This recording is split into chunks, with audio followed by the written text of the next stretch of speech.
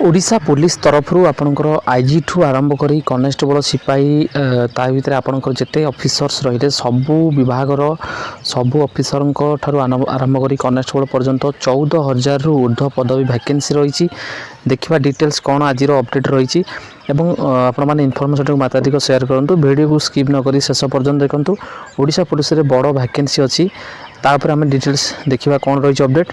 आपणकर ओडिशा पुलिस जो देखु आईजी ठारू सिपाही पर्यंत आपणकर सबु पदवी वैकेंसी रही। दुर्बल भित्तिभूमि रे राज्य पुलिस बोली आपणकर आज संवाद न्यूज पेपर रे अपडेट आसी।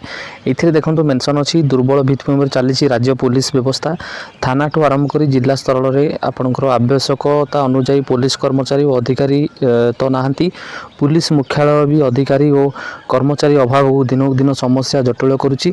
कटक बक्सी बजार रे आपणकर राज्य पुलिस मुख्यालय पुराणा कोठा और भित्तिभूमि रे कार्य करुच्ची। आईपीएस और अन्य वरिष्ठ अधिकारी माने पुराणा ऑफिस सहित पुराणा क्वार्टर रहा व्यवस्था रे वर्तमान व्यवहार कर भल प्रशिक्षण बैठक पर अत्याधुनिक व्यवस्था ना ओडिशा पुलिस एक दुर्बल परिस्थिति रही। अधिक लोकों डीजी को साक्षात कराया भी बसवार व्यवस्था ना। भुवनेश्वर डीजी कैंप ऑफिस रे कार्यक्रम आयोजन रोची। तो आपणकर ओडिशा पुलिस रे वैकेंसी अच्छी बोली अपडेट मु आगुरी आपण दौले कि बर्तमान देखूँ न्यूज पेपर में अपडेट आसी 14,000 अधिक पदवी खाली रही। आवश्यकता कर्मचारी नोडिशा पुलिस उपरे एवं चाप रही। तथ्य अनुसार आपणकर 3 डीजी पदवी थिबा बेले 3 डीजी पायर आपणकर ओडिशा पुलिस रे वर्तमान सुधा आपणकर 14,000 रु ऊर्ध्व पदवी खाली रही। जो अधिकारी उपरिस्थ अधिकारी अतिरिक्त डीजी ठू आरंभ करी आईजी पदवी वैकेंसी रही। 15 डीआईजी पदवी थिला बेले 9 जन डीआईजी अच्छी। एसपी 50 थिबा अवस्था रे आपणकर 15टी वैकेंसी रही। अतिरिक्त एसपी आपणकर 41 गोटी पदवी खाली रही। 464 डीएसपी रु 53 गोटी डीएसपी पदवी वैकेंसी रही। 1111 इन्स्पेक्टर पदवी 190टी वैकेंसी रही। खाली पड़ा आपणकर जो सब इन्स्पेक्टर 3,738 पदवी आपणकर सब इन्स्पेक्टर 1502 पदवी वैकेंसी रही। आपणकर आईआरबी बाटालियन आपणकर रही कनेस्टेबल आईआरबी बाटालियन वैकेंसी रही जोटा कि 2016 सिपाही पदवी वैकेंसी रही। 822 आईआरबी कनेस्टेबल वैकेंसी रही।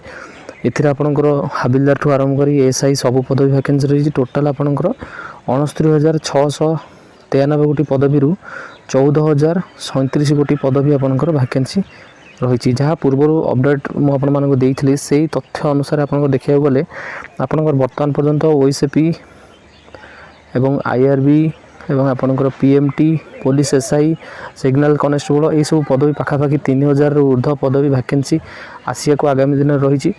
से तथ्य अनुसार देखा गले आपणकर ओडिशा पुलिस तल कर्मचारी देखा गले कनेस्टेबल हाबिलदार एवं एसआई पदवी बड़ वैकेंसी रही। 14,037 गोटी पदवी वैकेंसी वर्तमान सुधा रही।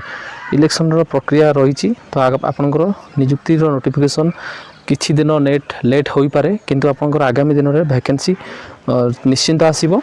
एवं जो कनेस्टेबल आपणकर आईआरबी एवं ओएसपी एवं पीएमटी ड्राइवर ठू आरंभ करी सिग्नल कनेस्टेबल पुलिस एसआई जहाँ भी पदवी वैकेंसी अच्छी जहाँ पूर्व नोटिफिकेशन जो प्लानिंग जो अपडेट अनुसार आपणकर वैकेंसी आगामी दिन आसिया को जाऊँगी।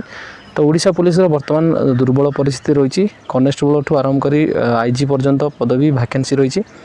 तो आपण मानक इनफर्मेशन टी आनिबार मेन लक्ष्य था कि आपण माने जो माने ओरिड होउछन्ती वैकेंसी आसन बोली वैकेंसी आपण को आगो खूब शीघ्र आसीबो।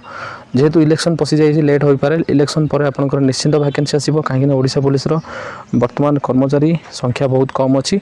14,000 पदवी जो अच्छी 14,000 आपनकर पाखापाखि 3,000 रु ऊर्ध्व कनेस्टेबल सिपाही पदवी अपकमिंग डेज आसीबो एवं सब इन्स्पेक्टर 700 रु ऊर्ध्व पदवी वैकेंसी आसीबार योजना हो सारी। केवल इलेक्शन पई स्थगित रही। इलेक्शन पर आपनकर समस्त प्रोसेस हम एवं रिक्रुटमेंट आगो को बढ़िबो। तो इनफर्मेशन को मात्राधिक शेयर करूँ।